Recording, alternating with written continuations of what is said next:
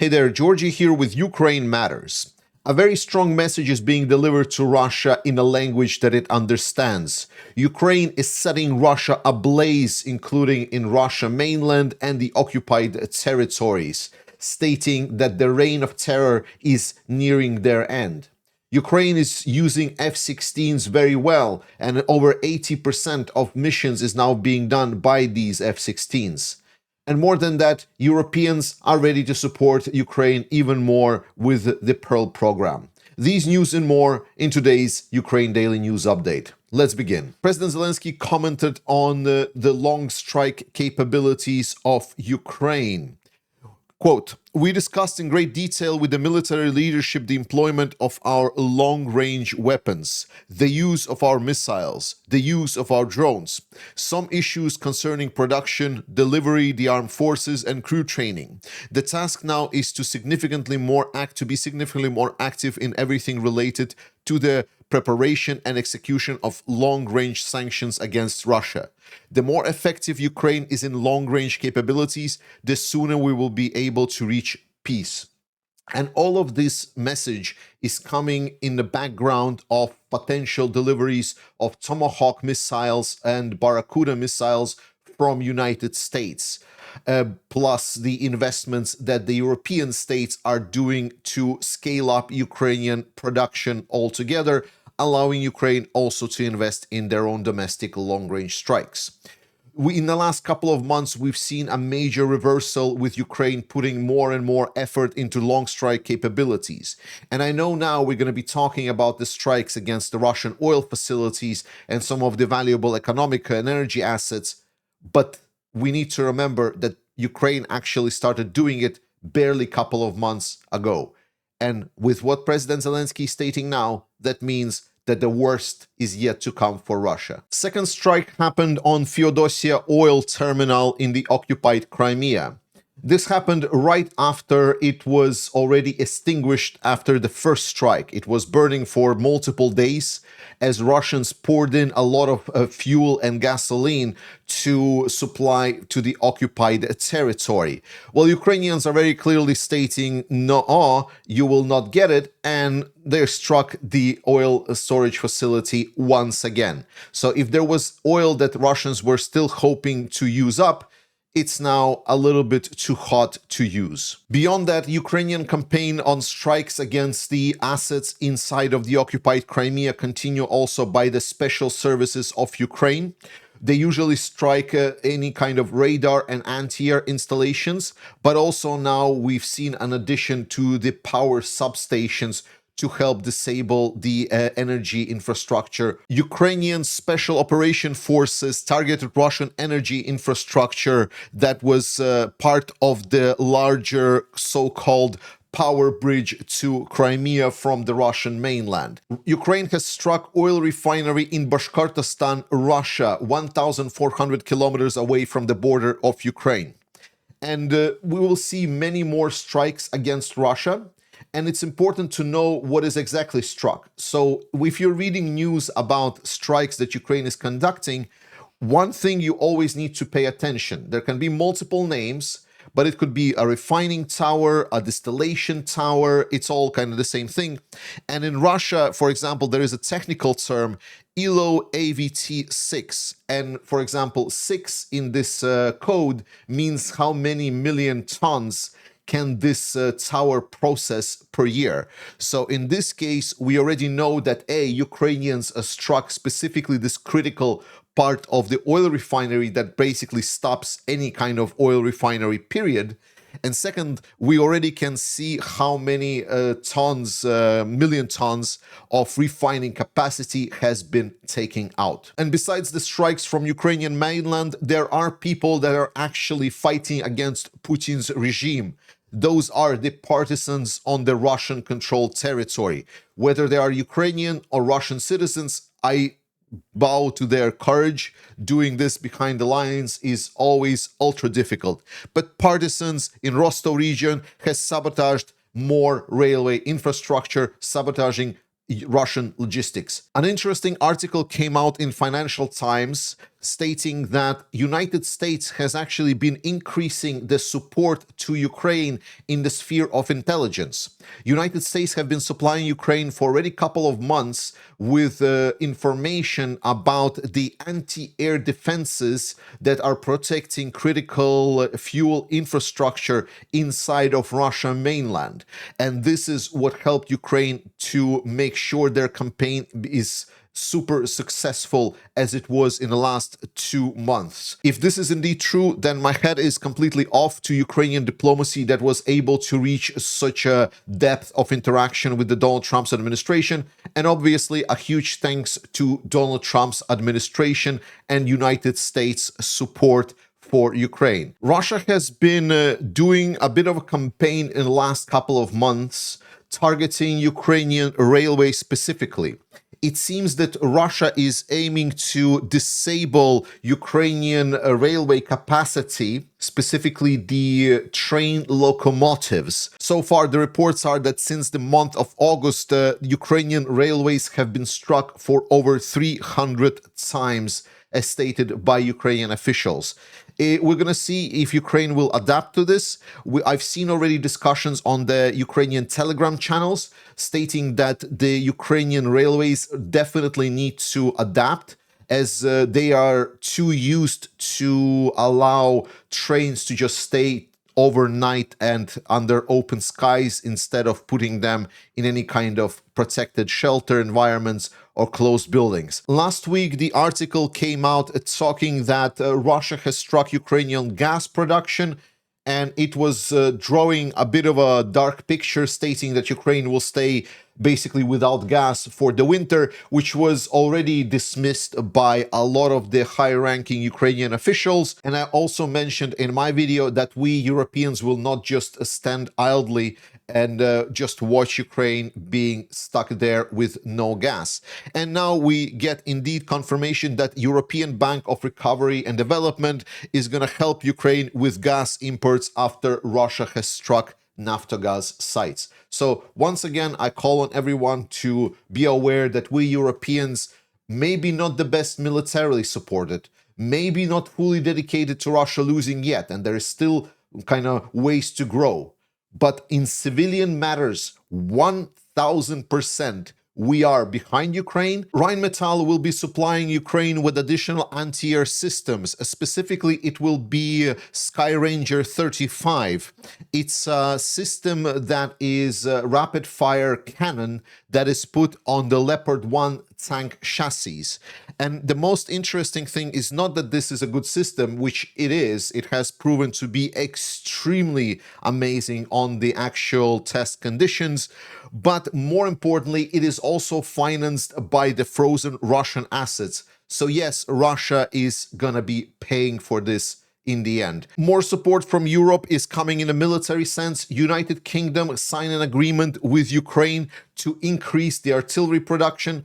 Already now, artillery production in Ukraine is one of the largest in Europe, and it's good to see that we Europeans invest more in our domestic production, be it inside of United Kingdom or Ukraine or wherever it's going to be. More than that, United Kingdom actually did something absolutely incredible that is completely outside of European norm.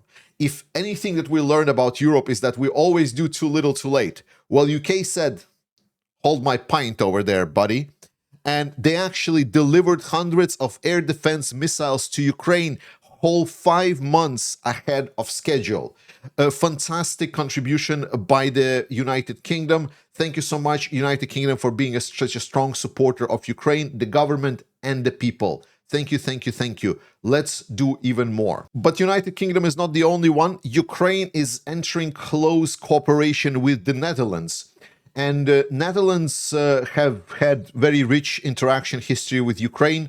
Obviously, it was the Dutch passengers that were on board to that MH17 flight that Russians shut down and then lied about it until the end of the world. And that was not nice, to say the least, to all of the Dutch people that got killed during that attack. But now Ukrainians and Dutch people and Dutch government is entering closer cooperation, including the production of weapons and specifically production of drones. We've heard about many different initiatives being started over the last couple of months, and additionally there is going to be a production of drones starting inside of Netherlands for the necessary use of Ukraine. This is fantastic because Ukraine has challenges both with workforce and also with safety of production site. So that means you cannot really scale immensely inside of Ukraine. It is still possible, it's just you cannot just build a mega factory and be done with it. That is not how it works. It is possible to do in the Netherlands and other places in Europe. Thank you so much to the Dutch government and people of the Netherlands. But it's not just drones from the Netherlands, it's also the anti-drones. Netherlands will allocate 310 million euros for the anti-drone systems for Ukraine in a joint production of drones. PURL program has been extremely successful, and Sybiha, Minister of Foreign Affairs of Ukraine, is stating that 7 more countries are aiming to join the program. The program is allowing European states to purchase weapons from the United States and deliver them quite rapidly to Ukraine. This is European support at its best and allowing Ukraine also to get their hands on the weapons also quite fast. Ukrainian aviation has had a full revamp. It was always a question of time when Ukraine finally will be able to modernize their aviation park. Some people said it will take at least a decade. Well, F-16s have been supplied, what, less than a year? And now already F-16s account for 80% of aerial combat missions in Ukrainian Air Force. Incredible, incredible achievements. And we know that F-16s have been used to strike targets not just in the air to intercept missiles, as it was in the first months, but they're also being used to strike targets on the ground. Obviously, the air is still challenged as Russia has pretty dense anti-air systems on the front lines, so F-16s cannot just fly by and drop napalm, as we all would wish it happened, but they're still being used to the best extent possible. Czech army is disclosing that there has been increased number of drones spotted over secret facilities inside of Czechian military bases. And this list of these facilities is classified, so someone got access to classified data, classified location of facilities, and they have now been sending drones to spy. There has been no comment on how many of these drones were shot down or intercepted, but Dvorak, the spokeswoman, actually stated the Czech army is ready to detect and neutralize these drones, which with whatever means are available. So all in all, this once again underscores that Russia is doing their warfare inside of Europe. Ukrainian defense shut down one of the newest Russian cruise missiles with a cheap interceptor. On the night of October 10th, Ukrainian defenders shut down Kh-69 cruise missile in the area of responsibility of Air Command East. The system used was a modified Hydra missile that used to be an unguided 70mm missile that has now been transformed to be a laser-guided missile. And there has been a video released by the Ukrainian Command East where their interception of that missile was fully documented in the video format. You can watch the full video on the Discord of Ukraine Matters community. A very interesting development of situation has happened inside Russia. And so far, I haven't heard anyone really explain why this happened. But inside of 4 Russian regions, the soldier recruitment cost dropped rapidly. They dropped from 3.1 million rubles paid to the contractors that signed contracts all the way down to 800,000. Or in Chuvashia, from 2.5 million to 800,000 as well.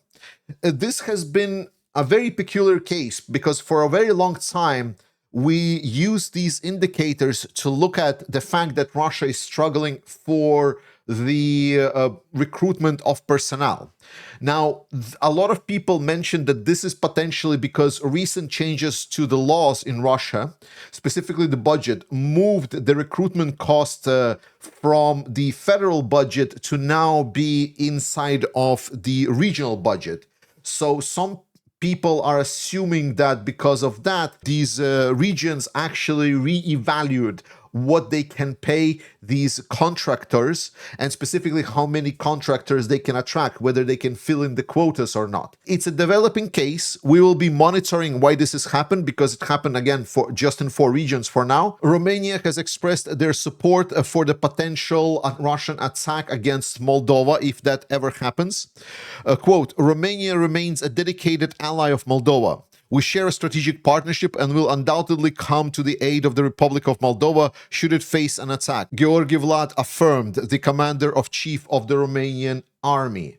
It is an interesting development, specifically because there are military personnel of Russia on the territory of Moldova already. So one would expect then Romania to already come to the aid of Moldova, but this is more of a question on how Moldova specifically want to resolve their Transnistrian question. I truly believe that they just need to ask Romania and Ukraine to help out, because both countries are very willing to help resolve Moldova and presence of any Russian troops on the territory of Moldova. But more than that, it is great to see support of Romania for Moldovan independence. I just wish this would also be extended to Ukraine.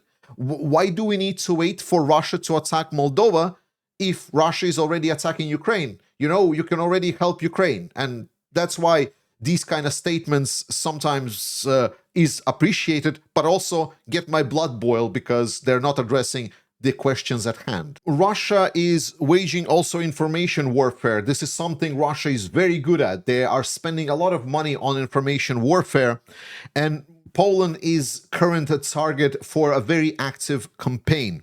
Quote, in Poland's information space, the number of pro-Russian narratives is growing. They're designed to promote the idea that the US and EU supposedly provoked Russia into the war against Ukraine, making the West rather than the Kremlin alleged responsible for the conflict. And this has been very true. And unfortunately, they also have been successful. In Polish society, there has been a lot of parties and spokespeople that have been able to rally a lot of hate against Ukrainians, which saddens me to no end, as I truly was looking at Poland as the potential frontrunner and bulwark for Europe. Ukrainian journalist Viktoria Roschyna, who got captured in the occupied territories, tortured, mutilated, and eventually killed by Russians, and tried to be sent off back to Ukraine, stating that it was an accident and she just happened to die of sadness. Now this has been recognized as a Russian atrocity, and more importantly, her work and commitment has been recognized by the World Press Freedom Hero Awards. The award recognizes journalists who have shown an unwavering commitment to press freedom. Roschyna was recognized for her immense personal sacrifice in the pursuit of information and stories that must be told. She was working on the Russian-occupied territories to help spread the word about how Russia is treating local civil population and the atrocities they were committing. Obviously, Russians didn't like being exposed for who they truly are. And finally, to finish today's episode on a very positive note, is Ukraine is continuing their fight to bring the kids back, and Ukraine was able to bring 23 more children from the occupied territories. Every time I hear this news, my heart gets a little bit warmer, and I truly feel that this is what is worth fighting for. This is who this definitely did not concern. People and children that got occupied by Russia and were put in these miserable conditions. And I will never forget Russians for a lot of things, but this one specifically. If you watched this far, please click subscribe button. This really helps elevate the video in the algorithms so more people can see it. Thank you so much for watching this video. Trust in Ukraine. Continue supporting Ukrainian armed forces. I love you. Slava Ukraini. And I will see you next time.